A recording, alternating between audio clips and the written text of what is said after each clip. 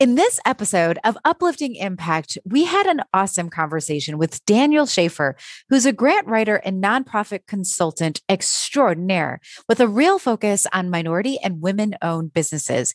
We talked about how it's important to have access and opportunities, that you really can't have just one or the other. I hope you enjoy the podcast. Thanks so much for tuning in.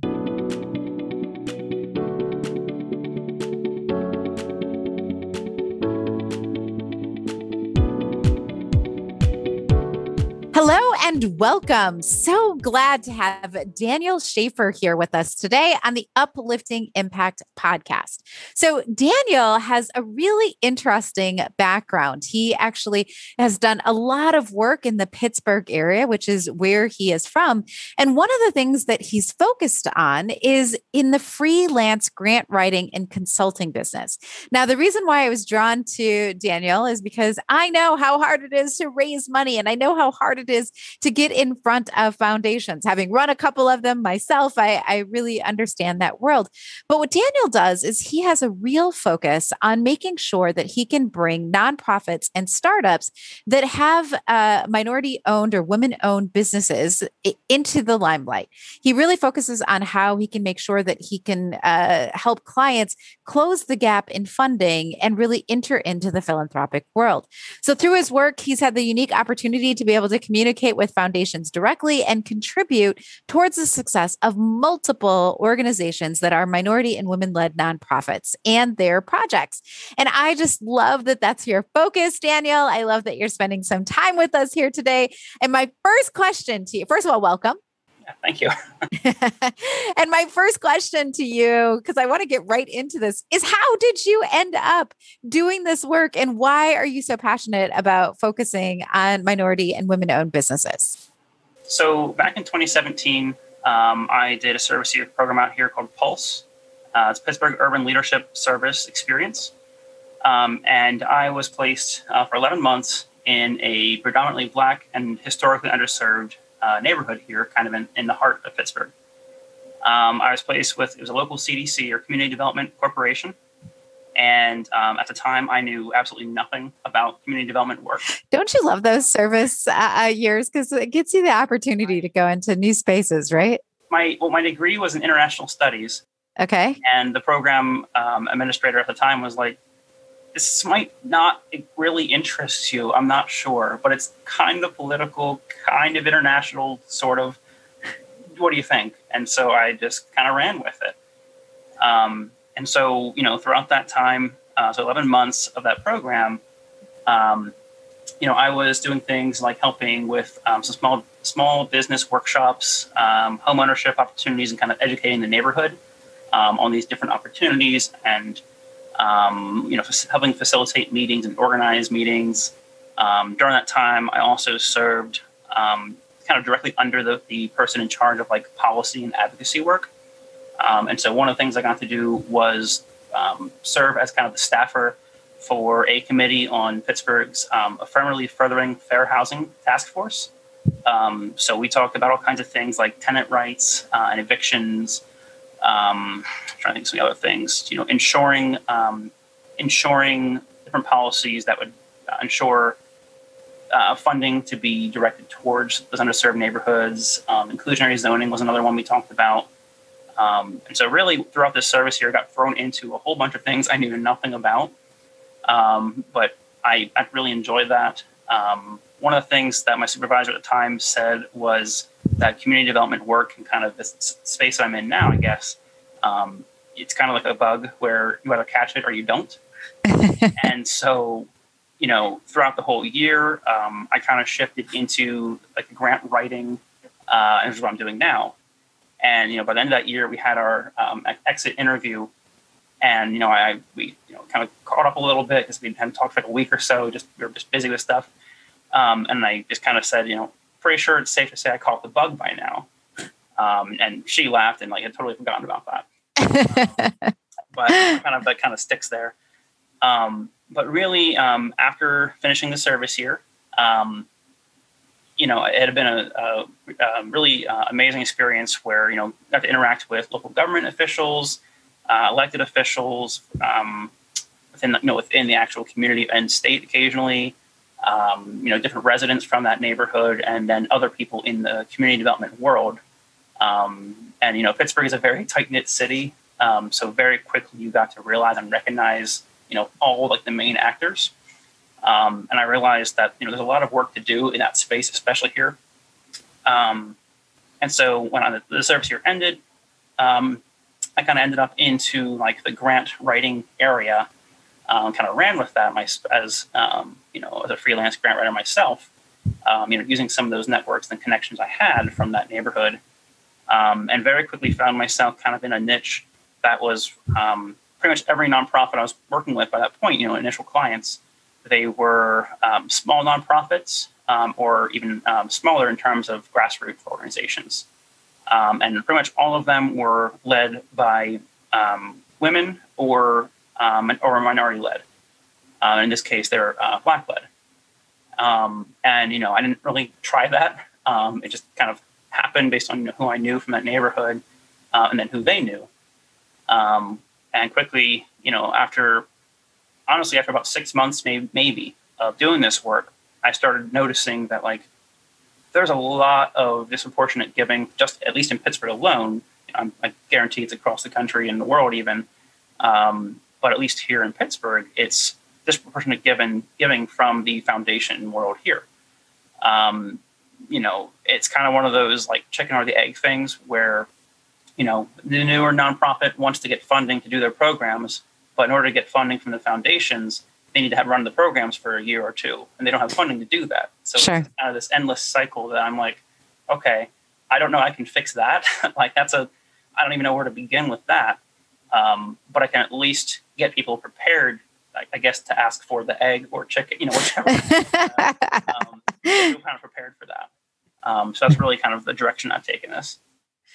So when you're doing this work, and I think you're right, this is something that we see as a trend, right? Having access to capital, whether you're in the for-profit world or quite frankly, or the nonprofit world, right? Either world can be really challenging when you're a minority or woman-led business. So what are some of the things that you've seen are ways that you break through that, to help people break through that, right? To help people break through those challenges. What are some of the techniques that you found to be the most effective? So one of the things that I've noticed, and then it's been even more obvious, I think, during COVID. Mm-hmm. Again, along with the disproportionate giving during COVID, it's incredibly obvious. Even people that I've talked to that know nothing about grants, they'll reach out to me and be like a year ago you said this. I'm like, yeah, now you see it. You're not even involved and you see it. It's that's good, sort of. Right. But it's okay, So one of the things that I've been doing is trying to build up my clients' confidence in themselves. I know it sounds incredibly simple and good skill to have in general, but a lot of the people I work with either are completely kind of clueless to the grant world, not necessarily how to write a grant, not necessarily what a grant is, but that connection between themselves and the work they're doing, and how to explain that and really get that in front of people who might be funding them, whether it's a foundation, a bank, whoever that is. So one of the things that I can remember, and a quick little story from one of the first clients I had, very small grassroots organization, like the definition of grassroots, basically. Mm-hmm. And her and I were talking, and she wanted to put together kind of a one-pager for what they do. Okay. One pager for what they do, and then another page of a budget, kind of a very, very high overview to send off to I think 2 or 3 banks or something. Okay. And she's like, well, I don't really have anything written. Yeah, I have a document, but it's kind of stuff, isn't it? Okay. Hey, send it. I'll see what I can do. Let's put this my my degree and everything. Let's put this to work. And so it was a Word document, and I remember it was 2 pages of just sentences, not necessarily incoherent, but not coherent altogether. It wasn't really a story or anything like that. And I'm just okay, give me a day or two. Let me just really kind of comb through this thing and figure it out. And so, I spent maybe 2-3 hours maybe going through this thing and really not adding anything new, but just kind of restructuring it. So that it made sense and kind of everything that she was trying to do, everything was there. And so when I gave her kind of the final product, which I think was about a page and a half of narrative, and then a separate page for the budget, which was also in that initial document somewhere, she was like pretty much in tears and was like, "This is amazing." And I'm like, "This is yours. Like, you wrote this." And she's like, no. I mean, maybe, but like, I'm like, no. Like, not maybe. Like, I'm like, all I did was maybe add a few words to make it just tie together a little better. Just a little bit of formatting. That's all. Sure. And so that's one of the things I've tried to do is like really take what they already have and try to kind of use it again to kind of like prove to them. It's like, look, like, you know what you're doing. Like, you explain to me what you need, what you're doing, what you need help with. Like, if I didn't understand that and you didn't know what you're doing, I'd be like, there's no way I'm working with you. It's like, this is not a good idea. And it's like, so you know what you're doing. So definitely like building up confidence is one of the techniques or strategies, I guess. And another thing that is like, it also seems incredibly obvious, but ask questions. There's this, the whole idea is like the client doesn't know what you don't know and vice versa. Sure. It's like, do you know, I fell into something the other, about 2 months ago where I set up a call with a funder. And then it was very obvious on that call, my client had no idea what that program was. Okay. And the program officer reached out to me and was like, hey, next time you have clients, make sure you prepare them for this. And I was like, I am so sorry. I thought they knew this. And I'm like, yep, definitely should have asked about that. Like, gotten a better idea of that beforehand. They knew of the program, and apparently that was it. Okay. And it's like, so really, asking those questions, like trying to understand what is or isn't known about things. And like a lot of the people I work with are very hesitant to do that too. And where do you think that comes from? Because I see that quite often, with a lot of organizations that we support too, where there is like this, sometimes it's a fear. And sometimes I think that it's just like the process isn't, made clear to people, right? Like they don't know that it seems almost inappropriate to reach out to the foundation or to try and schedule a call because there's these unwritten rules. Have you come across a lot of that? And how do you help your clients navigate some of the unwritten rules that they may have not, that they wouldn't know because they aren't anywhere. They aren't listed anywhere. They aren't shared. No, so I would say I've seen both of those kind of things, like the fear and, just not really knowing, like not sure where to go with that. So one of the things that I do is basically I tell them, like, don't worry about not literally, but don't worry about the foundation people. Like, they know who I am. I bug them all the time. Like, I will gladly bug them for you. But at the same time, it's like when we eventually then hopefully, get a meeting set up, your turn. Like, you know what you're doing. Don't turn to me like, I don't know what I'm. It's like, yes, you do. You've been running this for like 2 years by yourself before I got on board. Like, you know what you're doing. Like, it doesn't be a good pitch. Doesn't be great, but just introduce what you do, who you are, what you're trying to do even. And so a lot of that fear that I've found, and I've heard from some of my clients too, is that the dreaded like info at email. Sure. I personally can't stand them because yes, it usually goes to a person or, right away goes to a person, but that doesn't make it personal from the foundation side. So it's like they almost don't have to respond. Sure. And so like the minute I get like a person's actual email, like that's the go-to. And I don't even care if it's like the wrong person sometimes. I'll even email, like, I know you're the wrong person, but who's the right one? And like, I know a lot of that fear is, you see this like info at, and it's not a person. And so this internalized, like, well, they don't care then. And then like you said, then with like the actual process of grant making and kind of that whole structure, I'll say it's very white. It's very white. The people who had the money way back when, the industrialists, at least here in like Pittsburgh, kind of, it was a bunch of white industrialists who, kind of gathered the wealth and then have been distributing it, or their families have been for however long now. And so I think that kind of adds this strange level of, or a strange barrier, just because of the, what they're looking for. Sure. Requirements. The process itself is kind of archaic. And, I'll say to that fortunately, I think during COVID, a lot of those foundations and organizations that give out funding have really adapted. They've kind of had to. Right. There was an organization here that had you mail in like 8 copies of your grant and in person. Like, you've had to deliver it in person to their office. Wow. This year, they're like, maybe we shouldn't do that anymore. And I'm kind of friends to whatever extent with the program officer for that one place. And I'm like, thank you. Since like before I even started grant writing, but thank you. Yeah.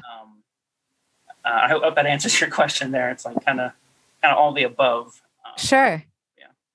Well, yeah, and it's really interesting because I think that, we often think, well, there's opportunities, why there's everybody can, but if you don't know those like insider rules and you don't have those connections, or if it's completely, different to the way that you might process information, or that you might be asked to share information, or even the way that information makes sense to you, right? Or to the people that you're serving, it can be really overwhelming to walk into those spaces where literally everything around you is brand new.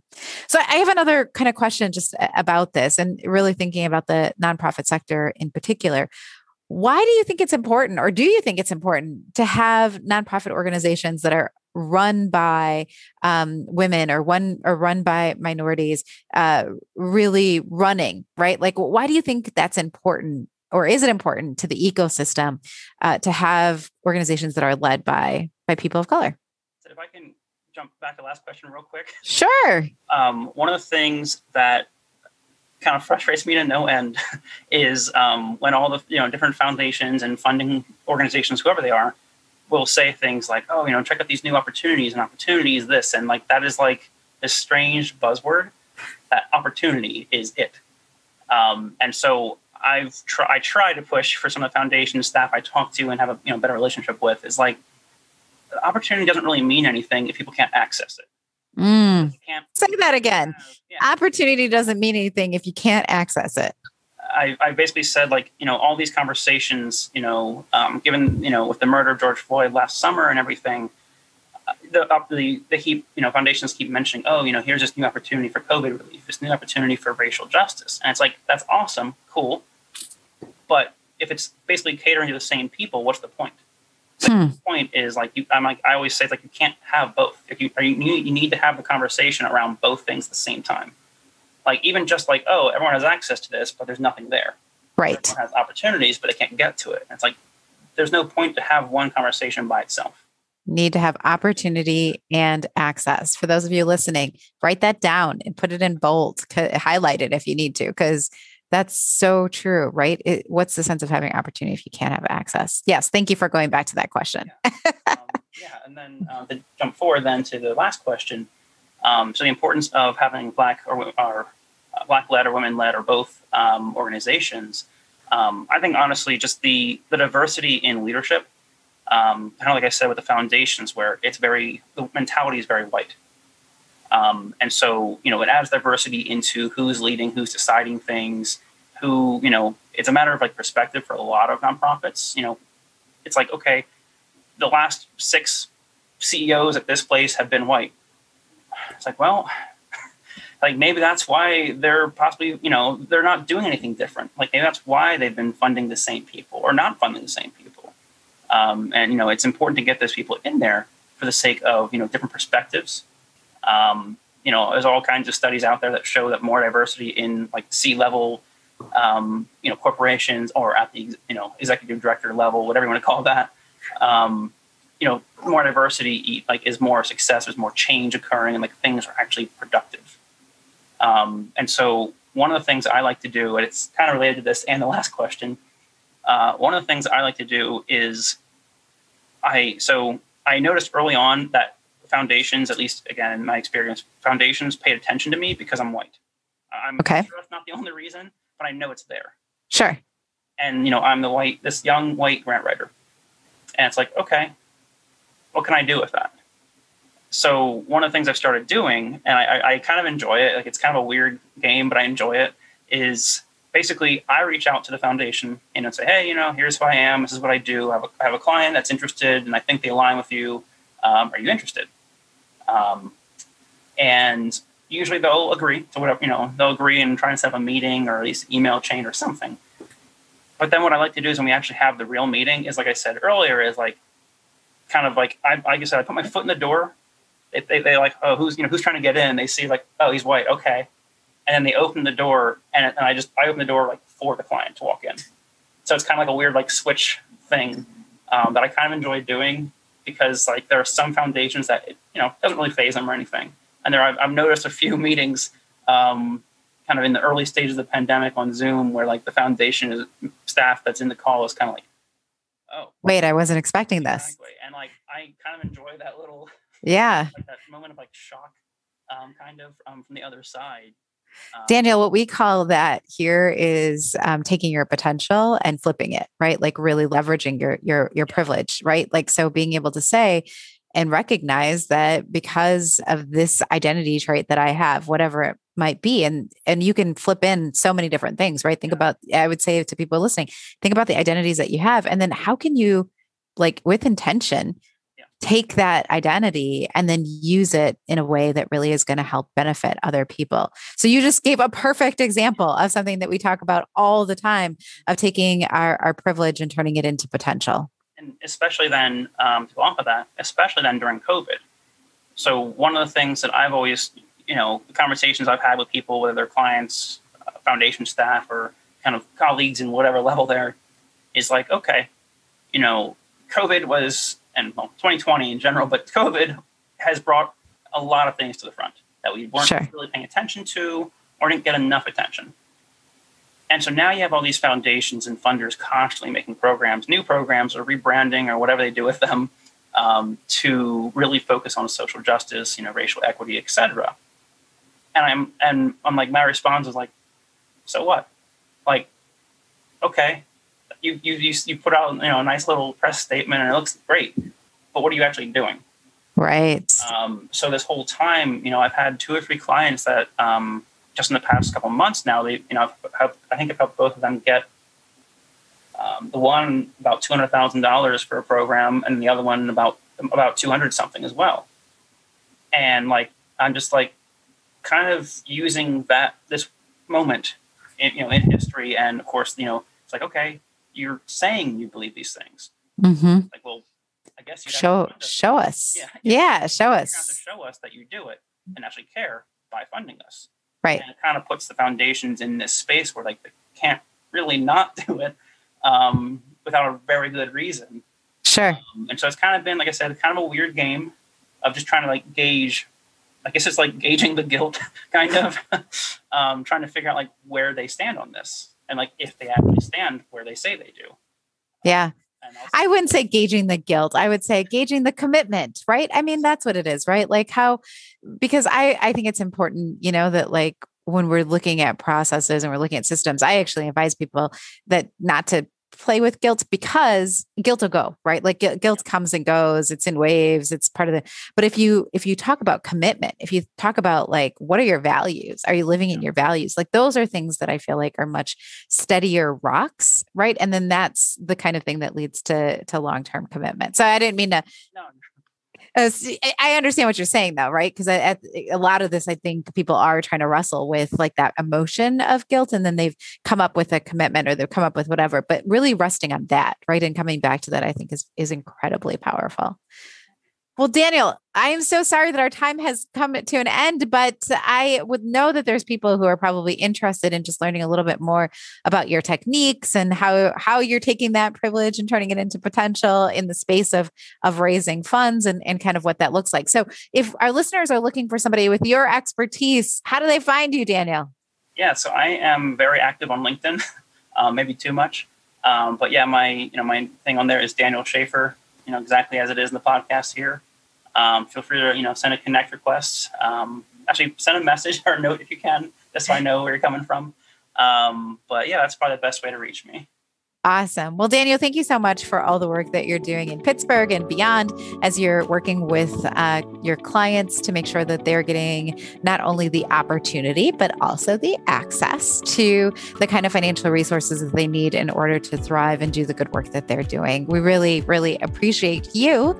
And I want to say thank you to everybody who joined us today here on Uplifting Impact. I hope that you were able to make that connection in your mind between the things that you're thinking about doing can access an opportunity also, because that is the way that we grow, right? Is by making sure that we have these, not just have the commitments, but that we're willing to take the action behind them.